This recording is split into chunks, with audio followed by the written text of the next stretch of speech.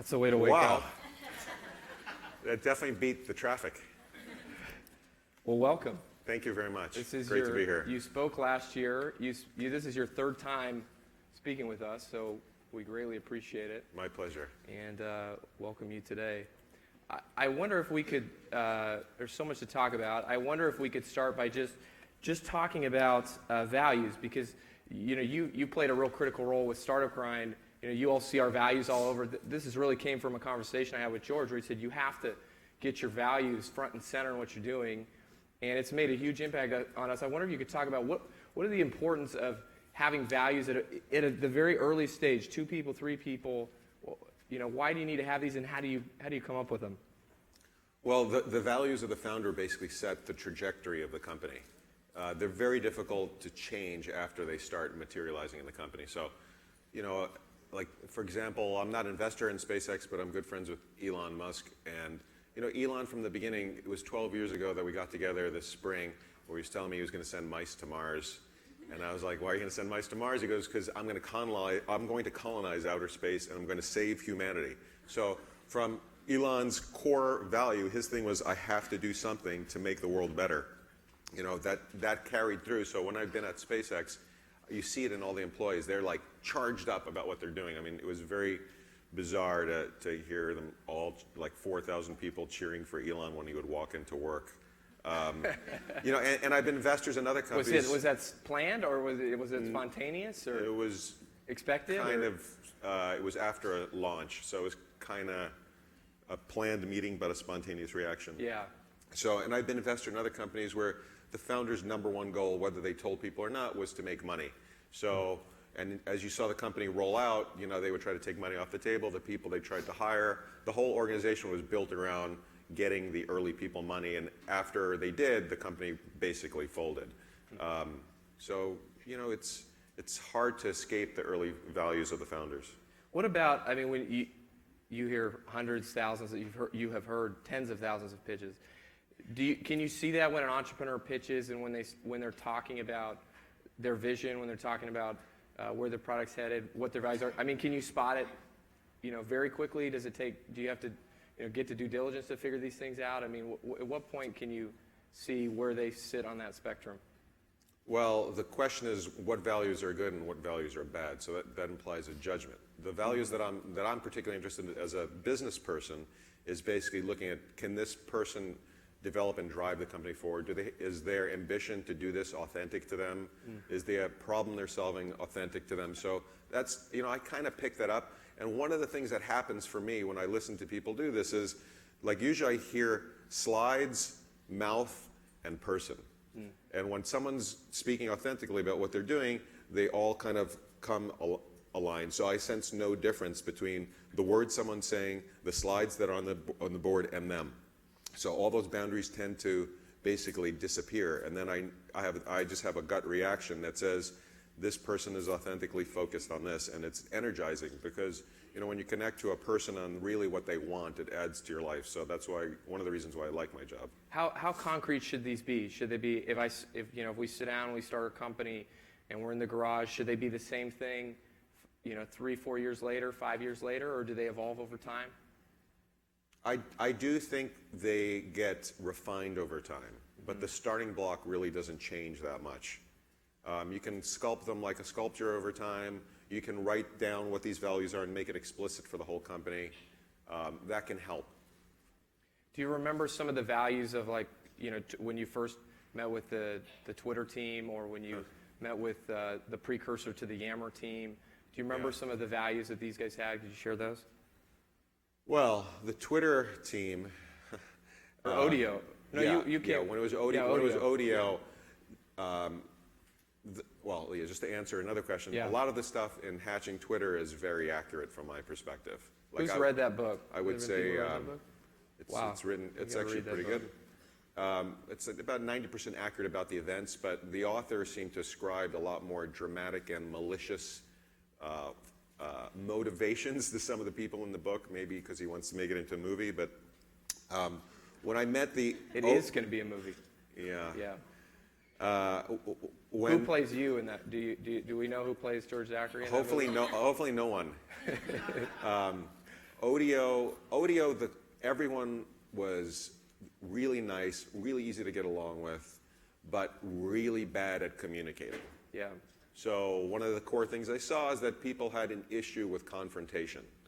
And usually the issues that someone has in their life are sometimes good, it's a good fertile ground to actually develop a product. So it's no mistake that three guys who had problems communicating with each other, with themselves, with their family, would launch a product where they could indirectly communicate with people by typing 140-character text messages. That's not a coincidence. It really isn't. And I know it sounds funny, but it's actually true. It was easier for them to send texts via the early version of Twitter than to actually talk to each other about firing each other. Instead, they talked to me about that. What was special about Evan Williams? I mean, when he came in, when you first met with him, or was he the first person you met? Did you meet with Noah Glass first? Who did you meet with when it came to Odeo? I met Evan first. Okay. Evan is a smart person who's very focused on what is simple and obvious. He doesn't like long, complex discussions. He just wants things that are easy and fun and help people actually write and communicate. I mean, his Blogger, which was his first company, was actually very similar to Twitter in the way it started, which is it was another company that was focused on building online documentation tools. And it wasn't written well enough to be on an online documentation tool, and then Evan turned it into a blogging tool. So Evan, he was just an easy to get along. He was easy to negotiate with. He was easy to talk to. Compared to some of the other founders that I meet with and that I've invested in, he didn't have the megalomaniacal, I'm going to take over the world kind of aura about him. Ego? It's more than ego. It's just, it's a psychological need. Yeah, talk about that. Talk about that. We have this video, you haven't seen it, but where we have this quote that you said before, that you back founders that have a psychological need to win, an all-consuming need to win. What is that? Am I born with that? Do I develop? Is that a skill I develop through? I don't know if it's a skill that you develop, but what I've discovered is that, and I think someone has a quote about this, but those people who are most hurt by the world are usually the ones most likely to want to change it. If you're not really hurt or vexed by the world, you probably don't really feel like there's something to change. So initially, there's some kind of angst or fire that gets created, and the person spends energy to try to get past that. Without going into people's personal lives or the founders I've backed specifically, I've noted that this is very true. And the other thing I found is that most fantastic founders come from a somewhat chaotic family life when they're young. They tend to have a structure where there's one parent who's very involved and one person who's either absent or abusive or not there. And I would say it's 80% of the founders I've backed in my career, when I've gotten to know them, have sooner or later admitted this. So, I mean, I had great parents, and does that rule me out? I mean, is it like, hey, you should go work for one of the guys who's, or women who's, had it rough? I mean, does that, like, you say 20%, but like, can I have it? Can I? Okay, so give this is a really, I give it to you. The 20% of the people who kind of don't exhibit this, what I find is that they will drive and push things pretty far, but they won't push it as far as the people who are driven by this really deep pain. I'll put it that way. The people who have a deep pain just to say, I'm going to get there. They are compelled to get there. And psychologically, you might bracket them in some kind of clinical diagnosis, but that's one of the things I find. When I spoke to Mike Maples, who was an early investor in both these companies as well, he said that he invested in Odeo. It was an area he was very excited about. When the Twitter founders, those who don't know the story, they shut Odeo down. Evan paid all his investors back, and then some of them came back into the next deal. Yeah. And as Mike described it, that when they pitched him Twitter, he basically had said, you know what, I don't care what these guys do. They gave me my money back. I never expected to get it back. Whatever they do, I'll just back. And it was like they pitched and he was like, this is crazy, but I've kind of like, I'm an investor, I guess. So was that the same with you? When you heard about Twitter, did you get it? Was it a commitment to the entrepreneur of like, hey, these are good guys. These are guys I back, or where were you on that? Yeah, the exact moment I heard about Twitter was I was in a room with Evan. We were having a board meeting, which was Evan and I. For Odeo. Yeah, Yeah. it was Evan and I, and Ariel Poehler, who's a well-known angel investor. He's coming here today, Oh, too. good. Yeah. He's great. And Evan brought in Jack into the room, and Jack talked about TWTTR. And Noah. Noah Glass was there. Noah's now gotten some exposure for his contributions to Twitter, even though he got no equity, which is really sad, I think. And Jack came in and didn't say much. This is not uncommon in Twitter things, or in audio things. And he was describing it to Evan. He's like, well, you can send multiple SMSs, and lots of people can hear you, and you don't have to keep sending the SMSs. And I was thinking, okay. So then Evan goes, so this is like RSS for SMS, because Evan thinks blogging. And at that point, I realized that's a pretty good idea. But what do you, like, that's interesting, because now, people are pitching me SMS group messaging. I said, but are people really going to want to expose their SMS messages publicly? So I had 3 reactions. One was, wow, that's a pretty good idea. 2 was, what? Like, why are people going to do this? And 3 was, how do I resolve the fact that I just had 2 very different reactions? One, which is like, something inside me says this is great, and another part of me rationally it says like, why are people going to use this? I can't rationally figure it out.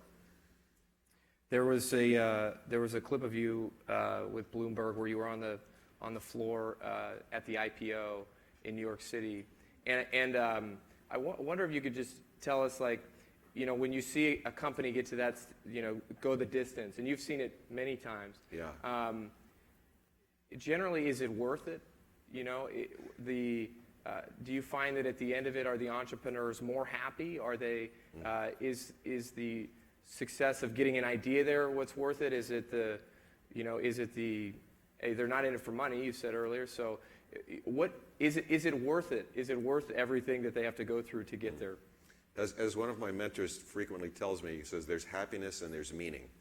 I think the founders derive a tremendous amount of meaningfulness from that, from start to end. Whether they're happy or not, they're usually, when the IPO is happening, they're looking pretty happy. They're looking very happy, actually. But that tends not to last. Because when you're born as a human, you don't tend to have, it's not programmed into us to think, oh, having $1 billion makes you happy. So people kind of revert back to their happiness profile that they had before. The people that were grumpy before go back to being grumpy. The people that were happy before go back to being happy. I'd say marginally people are happier because they can buy material things, but if they were an anxious person before, they're still going to be an anxious person afterwards. They just have a new budget to spend the anxiety on. Talk to us about Pebble. You're on the board. Yeah. You're an investor 2 times over. You've invested in the last 2 rounds. Just one. One round. Round. Excuse me. And tell us about how you got involved with them. Why the market is exciting to you. Where we'll take. Tell us about it. Okay, so first I'll start with a bit of a funny story. And people may not know what Pebble is. Maybe you can show them if you don't. Well, I've got a Pebble watch on my hand here, which is I just got like 4 emails on it. So we were sitting. Read them? No, I don't want to read them. Okay. We were sitting in a partners meeting, and I was actually waiting for some news about someone in my family. So I was just really nervous, and I was expecting a text message. So I kept looking at my phone. And I was thinking, this is really not good. And I was thinking that would always be cool for someone had a watch where you can just see an important text message, so you could be instantly alerted. So about a year later, Eric Mijakovsky started his Kickstarter campaign for Pebble, and it became the most successful Pebble campaign. And I was watching. It was $10 to $11 million of orders. It wasn't a fluke that he had that many orders. All on Kickstarter. All on Kickstarter. Wow. So a couple people introduced us, and I just hit it off with Eric. And my first reaction was that not just that I love the idea, but I said, wow, this could basically a next big platform, this area around the wrist, not just for health, but actually for messaging. So I met Eric, and I knew after 30 minutes that I wanted to invest. I just felt it, and one of the things I ask myself is, would I want to be a co-founder with this person to do that? So my track record in investing, I have a very high hit ratio in terms of things that have worked out, and a lot of people ask me, like, what is your secret system for doing this? And the only thing I can say is I just try to listen to my own feeling of excitement. Would I want to join that person to pursue this project? That's kind of what I do. So Pebble last year had their first year of business. They announced at CES they shipped over 300,000 units, and at $150 per unit, you can do the math. It was, it's a pretty big first year for a startup. It's almost $45 million of revenue in year one, and a highly profitable company. It's the most profitable company already that I've ever backed. So something is going on here that's good. The fastest growing and the most profitable. Yeah, and this year already in January, post Christmas holiday period, we're already running at 2x what we did last year. So that's really good. Have you ever backed anything that's grown fast, or? Yes, I mean I backed a couple companies that have grown really fast, but none that have grown this quickly. When I invested, I had Eric pitch our partnership, and 3 or 4 people loved it, 3 or 4 people hated it. Wow. Which is always a really good sign that it's a really good idea for us to invest in. What we found, actually, it's Is it because of those guys, the ones that hate it? You say, oh, if they hate it, then yeah, it's good? Well, if all of us vote super positively in the partnership, that means it's too obvious an idea. Like, why are we all believing, why is this all obvious to us as venture capitalists, including people who don't follow the segment? So we actually like there being controversy in the partnership. We like this bipolar split of votes. We actually vote 1 to 4. Yeah. So we like to see people, we like to see the distribution as wide, where other people saying, this is going to be the best ever, and other people say, this is never going to work. Yeah. So that was Pebble, in fact. You said at the beginning that you got 2 or 3 introductions to Eric. Were those you getting introductions to him, or him getting introductions to you? Did he reach out to you, or was it the other way? There was one person who was a director of business development at another consumer hardware startup who knew Eric and knew me. And he said, hey, are you interested in what Pebble's doing? I'm like, yeah, I'm really interested. And he told Eric, hey, you should meet this guy. He's like one of the few venture people that has any experience doing hardware as an operator. Yeah. So I met him, and we kind of hit it off in the first meeting. What do Pebble's going up against some massive players. Yeah. Apple's probably coming out with something, Samsung, all these other people. How do they look at that? And as a startup, I mean, that would seem like that could really petrify you, or maybe it inspires you. But how do entrepreneurs, or how does Eric or you guys, how do you look at these giants who like your space? As most things, it kind of scares the hell out of me, but it also inspires me. I've backed enough startups to compete with very large companies that I'm not really worried about really large companies any longer. When I invested in Yammer, I told David Sachs, who's a founder, I said, David, this company is going to at least $1 billion. And he's like, what?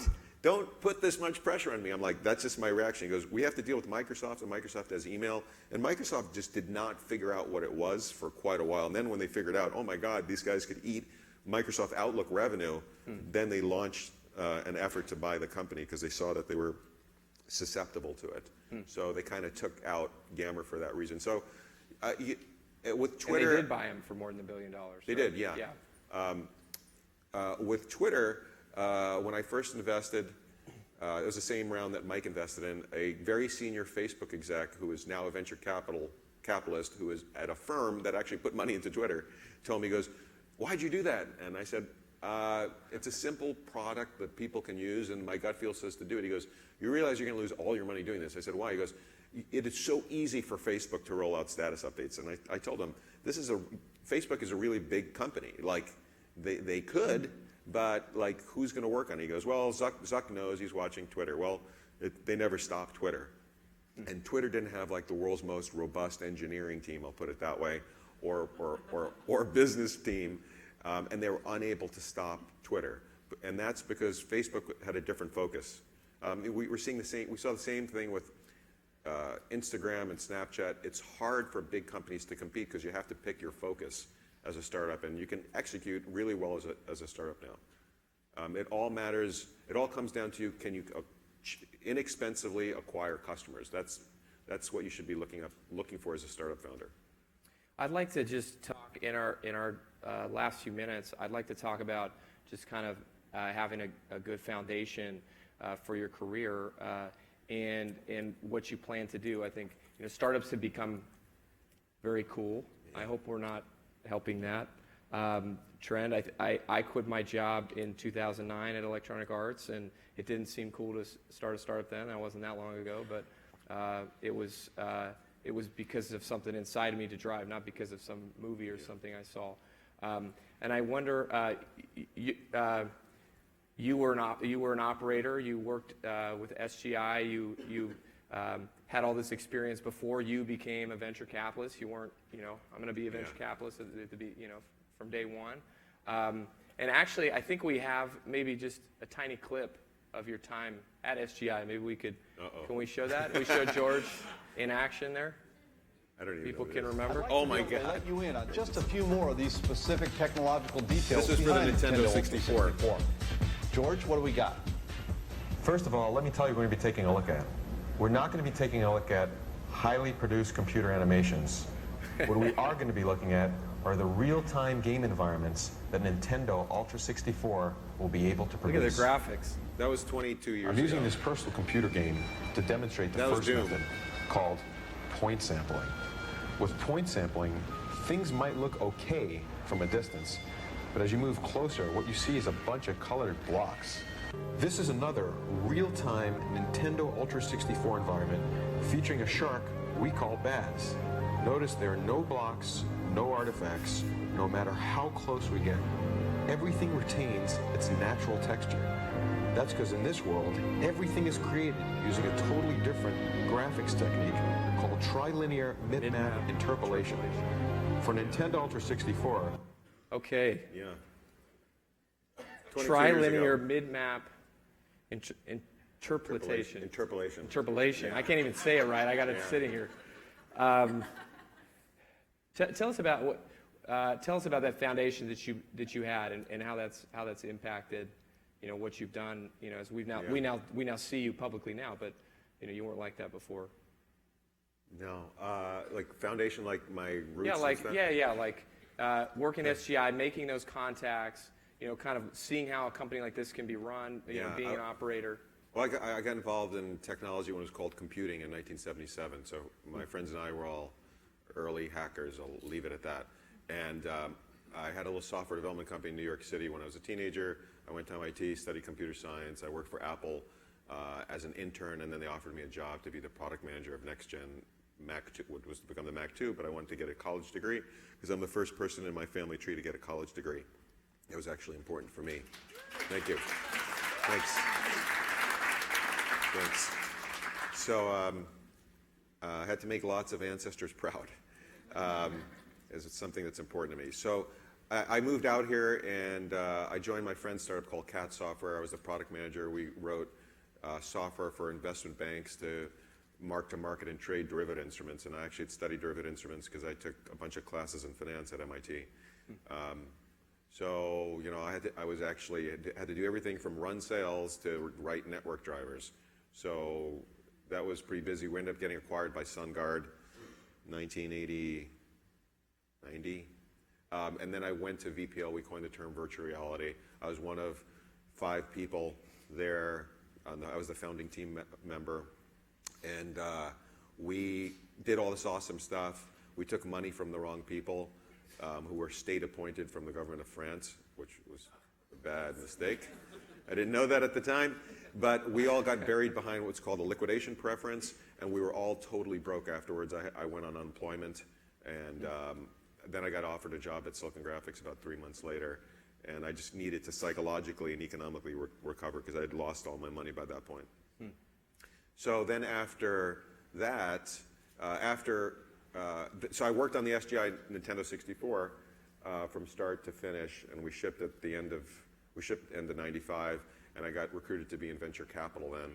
And I never wanted this job or thought it was like a fun job, but it's great because I don't have to manage anyone, which I actually really love. And I'm better at not managing people. I'm better with ideas than managing big chains of people. And it's the thing that I like the most is meeting people who want to change their station in life and make the world better, and listening to them, and the ones I get excited about getting involved with and funding them with money, and the long term, importantly, funding them with my support. I'm pretty well known in the venture business now for having term sheets like, I don't care, I don't need to control the board, I don't need board control, I don't need to have control over whether there's an M&A event. I don't need any of those provisions. The reason why is I back a founder to pursue a vision in a market by building a specific product in that specific order. So if I don't believe in the person as the founder, I shouldn't be investing. So that's kind of how I got here. Let's give George a big, huge round of applause. Thank you for coming. Thanks. Thank you. Thank you very much.